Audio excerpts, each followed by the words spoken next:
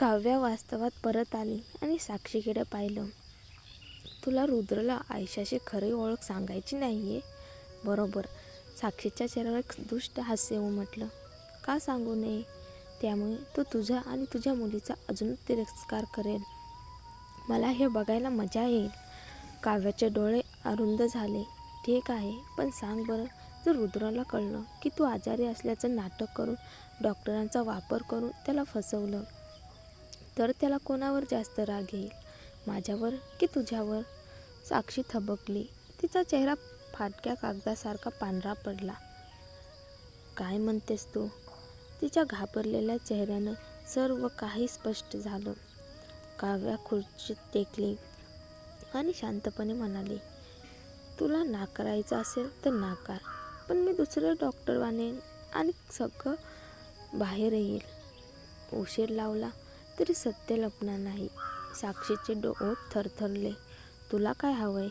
तिच्या डोळ्यात खराखुरा भीतीचा भाव होता, कारण काव्याने उघड केलेलं गुपित तिला थेट नरकात ढकलू शकत होतं. काव्या स्थिर आवाजात म्हणाली, मला काहीच नको. मी परत आले तेव्हा माझा हेतू तुझ्याकडून रुद्र हिसकावून घेणं नव्हतं. मला फक्त माझ्या मुलीसोबत शांत आयुष्य जगायचे. तो आदित्यची काळजी घेईल, मी आयशाची. एक मूल, आणि आपण दोघेही एकमेकांच्या आयुष्यात न पडता वेगळं जगू. मी निघून गेले तेव्हा हा निर्णय घेतला होता. साक्षीचे ओठ हलले, पण शब्द बाहेर आले नाहीत. काव्य पुढे म्हणाली, तुला नेहमी वाटलं की मला तुझ्याकडून काहीतरी हिसकावून घ्यायचे, पण खरं म्हणजे मला सुरुवातीपासून माहिती होतं की तू नाटक करतेस. मी तेव्हा तुला उघड केलं नाही, आणि आता मी तुझ्याशी करार करते. रुद्रला आयशाची खरी ओळख माहीत झाली नाही तर मी माझं ध्येय पूर्ण करून तिच्यासोबत निघून जाईन. मग तुला त्रास देणार नाही. त्या बदल्यात तूही हे गुपित जप. साक्षी थोडा वेळ शांत बसली आणि मग मान डोलावली. ठीक आहे, मी वचन देते. साक्षी निघून गेल्यानंतर काव्याने सुटकेचा श्वास सोडला.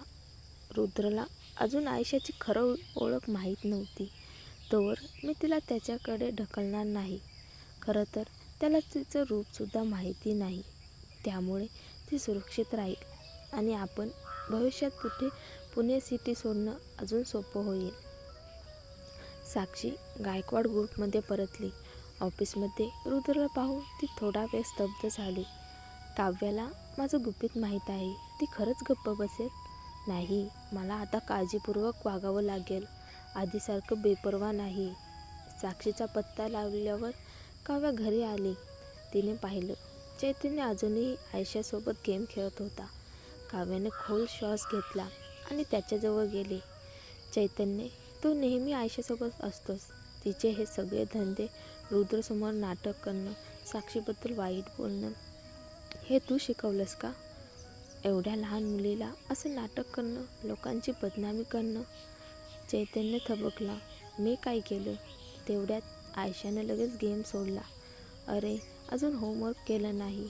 आई, भाऊ चैतन्य, मी आज जाऊन होमवर्क करते. काव्या ओरडली. इकडे परत ये. ती तिच्या मागे जायला लागली, पण तेवढ्यात चैतन्याचा फोन वाजला. त्याने स्क्रीनकडे पाहिलं आणि मनात देवाचे आभार म्हटलं. मग लगेच कॉल उचलला. चेहरा गंभीर झाला. काव्या, हा फोन सुभेदार कुटुंबाकडून आहे. काव्यानं आयशाला सोडून दिलं. चैतन्याने फोन उचलला. काय झालं? चैतन्य, सुभेदार कुटुंब अडचणीत आलंय. तुला काही माहिती आहे का? मला आधीच घराबाहेर काढलं आहे. आता त्यांना काय झाले त्याचं मला काय? एक हॅकर आहे, म्हणतो फक्त तुलाच ओळखतो. त्याला भेटलास तर तो सुभेदार कुटुंबाची सिस्टीम पुन्हा नीट करेल. त्यानं त्याची खूप माहिती चोरली आणि आता मोठा धोका आहे. चैतन्य, हे सगळं का होते? चैतन्य हलकेच हसला. कदाचित त्यानं ऑनलाईन काही बातमी पाहिली आणि मला मदत करायची ठरवली. मी त्याला ओळखतो. कसंही असो, आधी परत ये, भेटून सविस्तर बोलू. कॉल संपल्यावर काव्याने विचारलं, काय झालं? चैतन्याने शांतपणे उत्तर दिलं, सगळं झालंय. मी सोडून गेलेला व्हायरस आता लागलाय. त्याचं नेटवर्क आज पूर्ण कोसळलंय आणि त्याची सगळी माहिती मी आधीच घेतली आहे. काव्या थोडी चकित झाली. तू स्वतःला कुणाच्या नावावर दाखवलंस? मित्र, हा खोट्या मित्राचा प्रकार नाही का? चैतन्याने डोळा मारला. मी काय सुभेदार कुटुंबाला सांगणार होतो की मीच जगातील नंबर 1 हॅकर अर्जुन आहे? मी फक्त एवढंच सांगितलं की तो माझा मित्र आहे. काव्याने डोळं हलवलं. हे नाव ऐकूनच ओशासारखं होते. खरंच हेच सांगायचं होतं. काय झालंय? नाव भारी आहे की नाही? तो हसत म्हणाला. काव्या त्रस्त झाली. ठीक आहे, आता या विषयावर बोलायचं नाही. त्याच्या विचारांचा नेहमी वेगळाच प्रभाव असायचा. त्यामुळे वाद घालण्यात काही उपयोग नव्हता. मग आता काय करायचं? चैतन्य उत्साहानं म्हणाला. चल, माझं सगळं परत घेणं तुला बघायचंय ना? काव्या थोडी साशंक झाली, कारण सुभेदार कुटुंबाकडे जाणं म्हणजे मनोजला भेटणं आणि त्यांच्या रुद्रबद्दलच्या कबुली जबाबाची आठवण येणं. येशील ना? हा ऐतिहासिक क्षण आहे, चैतन्याने आग्रह केला. काव्या मान डोलावली. ठीक आहे, जाऊ. दोघेही सुभेदार कुटुंबाकडे पोहोचले. प्रताप स्वतः बाहेर येऊन म्हणाला.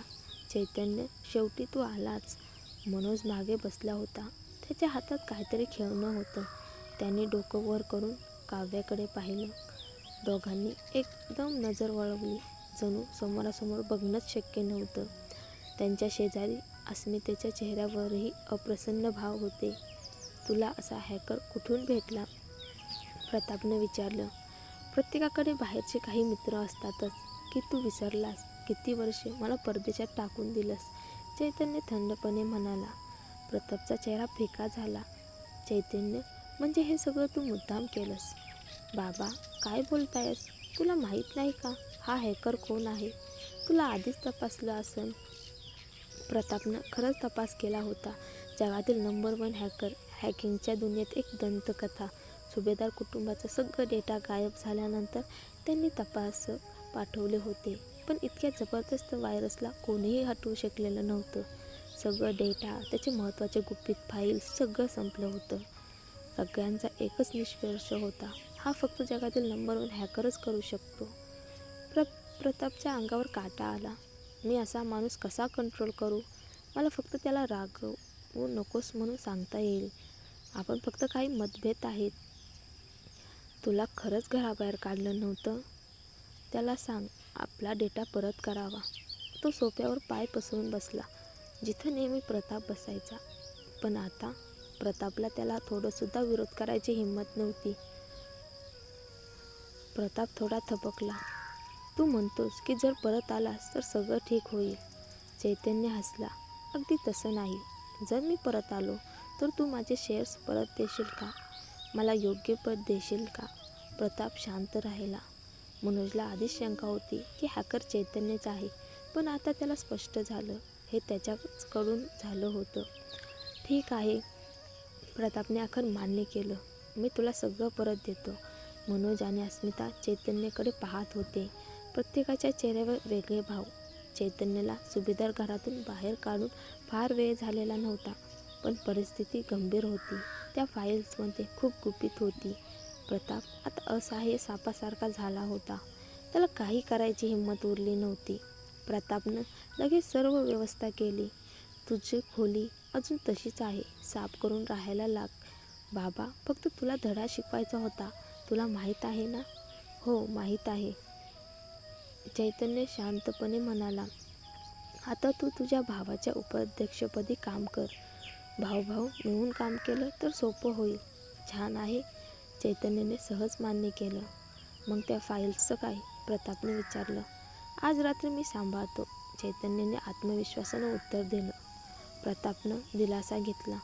चैतन्यानं काव्याकडे पाहून भुवया उंचवल्या. पाहिलंस, झालं काम. काव्याने सुस्कारा सोडला. हा मुलगा खरंच जबरदस्त अभिनय करतो.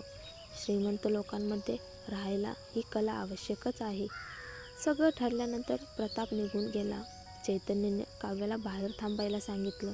मग आत गेला आणि अस्मितेकडे पाहून म्हणाला. वा वहिनी, पुन्हा भेटलो. अस्मितेला खूपच अस्वस्थ वाटलं. तिला वाटलं होतं चैतन्य कायमचा संपलाय. पण तो इतक्या लवकर परत आला हे तिच्या डोक्यात बसत नव्हतं. तिने जे काही त्याला आधी सांगितलं होतं ते आता विनोदासारखं वाटत होतं.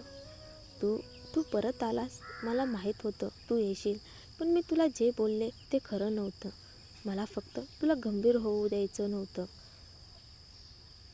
म्हणून तसं बोलले. चैतन्य उपहासाने हसला. वहिनी, मी थोडा बावळट असू शकतो, पण अगदी मूर्ख नाही. अस्मितेचा चेहरा फिक्का पडला. मग तुला अजून काय हवंय? मला माहिती आहे मी तुला दुखावलेलं. तू सूड घ्यायला आलायस का? चैतन्य पुन्हा हसला. काय विनत करतेस वहिनी? स्वतःचं महत्त्व फार वाढवून घेतेस. आधी मला असं वाटायचं की तुझ्यासाठी माझं हरवलेलं परत मिळवावं, पण आता तू माझ्यासाठी इतकी महत्त्वाची राहिली नाहीस. मला फक्त माझं परत घ्यायचंय. तुझ्याशी काही संबंध नाही. सूड घ्यायचा प्रश्नच नाही. अस्मितेचं हृदय एका क्षणात खाली बसलं. चैतन्य सरळ तिथून निघून गेला. दुसऱ्या दिवशी सकाळी काव्याने आयशाला मिठी मारली. शाळेत नीट जा. कुणी अनोळखी भेटायला आला तर लगेच पळून जा, बरं का? आई, मला माहिती आहे मी लहान बाळ नाही. आयशाने ओठ वाकवले. काव्या निघून गेली. आयशाने तिच्या मागे पाहत राहिली आणि मग दिव्याच्या खोलीत गेली. आत्या दिव्या, काय झालं आयशा? बाबा आले होते का? दिव्या दचकली. हे काय अचानक विचारतेस ग? फक्त खरं सांग. अगं, तुला खरंच माहीत करून घ्यायचंय का तुझा बाबा कोण आहे? आणि त्याला भेटायचंय? नाही, तो कोणीही असो, त्याला शिक्षा झालीच पाहिजे. असा नीच माणूस मला बाबा म्हणून घेण्यास पात्रच नाही. दिव्याचा चेहरा फिक्का झाला. आयुष्याला जर खरंच रुद्रबद्दल कळलं तर ती त्याला चिडवेल आणि त्यातून काही अनर्थ झाला तर? गोड मुली, आत्या खोटं बोलली. तुझा बाबा परत आलेला नाही आणि तुला त्याला ओळखायचंच नसेल तर काही गरज नाही. आता नीट शाळेत जा. आत्या, आयशाला बाहेर ढकललं. दिव्याच्या अपराधी चेहऱ्याकडे पाहून आयशाला आणखी खात्री पटली. बाबा खरंच परत आलेत. आईला भेटायलाही आले असतील. जर आई बाबा तिला सांगत नाही तर ती स्वतः शोधून काढणार होती. थोडा विचार करून आयशानं हॅकिंगचं कौशल्य वापरून काव्याचा फोन उघडला. आईने अलीकडे ज्याच्याशी संपर्क केला होता ते सर्व तिला माहीत होते. रुद्रचे कॉल्स वारंवार होते. बाकी फक्त डिलिव्हरी नंबर. काही विशेष नव्हतं. पण मग आयशाच्या नजरेत आलं कोणीतरी आईला सतत मेसेज करत होतं. पण काव्या फारसं उत्तर देत नव्हती. काव्या, ऐकलं, तू परत देशात आलीस. तू खरंच चैतन्यसोबत आहेस का? काव्या, तू उत्तर का देत नाहीस? आम्हाला वाटलं तू मेलीस. आम्ही सगळं खूप दुःखी होतो. काव्या, खूप गोष्टी आहेत आपण बोलू शकतो. कॉन्टॅक्टचं नाव होतं अभिजित. आयशानं तपासलं. हा माणूस एका अभिनेत्रीबरोबर चर्चेत होता आणि त्याच्या लग्नाबद्दलही अफवा होत्या. हा नीच माणूसच आईबद्दल बोलला असेल का? आई त्याला का दुर्लक्षित करते? तेवढ्यात दुसरा मेसेज आला कामिनीकडून. तुला राकेशशी लग्न करायचं होतं. नाही जमलं. मीच त्याला पळवलं. तो अजून अविवाहित आहे. पुन्हा त्याच्याशी संपर्क साध. कदाचित त्याला तुझं मूल मान्य असेल किंवा कदाचित तुझं ते नाजायज मूल त्याचंच आहे. आयशाने पटकन नाव नोंदवलं. आई खरंच राकेश नावाच्या माणसाला डेट करत होती का? आता तिच्याकडे 2 संशयित होते, पण खरं कोण हे शोधायचं ठरवलं. तिनं शोधलं. अभिजित हा रुद्रच्या सोसायटीतच राहतो. वाईट लोक नेहमी जवळजवळच का राहतात? आयशानं सोसायटीच्या गेटवर जाऊन एका कोपऱ्यात आसरा घेतला. तिनं CCTV हॅक केलं. तेवढ्यात मागून आवाज आला. काय करतेस तू? आदित्य, तू फक्त मूर्ख कलाकार आहेस. तुझं स्केचबुक आम्ही घेतो. परत दे. हे माझं आहे. माझा बाबा आहे माझ्याकडे. आदित्य ओरडला. खोटं बोलतोयस? आम्ही चौकशी केली. गायकवाड कुटुंबात तुझ्यासारखं मुलंच नाही. आदित्यचं मन खचलं. आईमुळेच गायकवाड कुटुंब त्याला मान्य करत नव्हतं. त्याने पाहिलं. त्याच्या चित्रकला जमिनीवर फेकली गेली. तेवढ्यात एक मुलगी तिथं आली. काय करत आहात असं म्हणत तिने वीट उचलून त्यांच्या दिशेने फेकली. मुलं थबकली आणि मग हसली.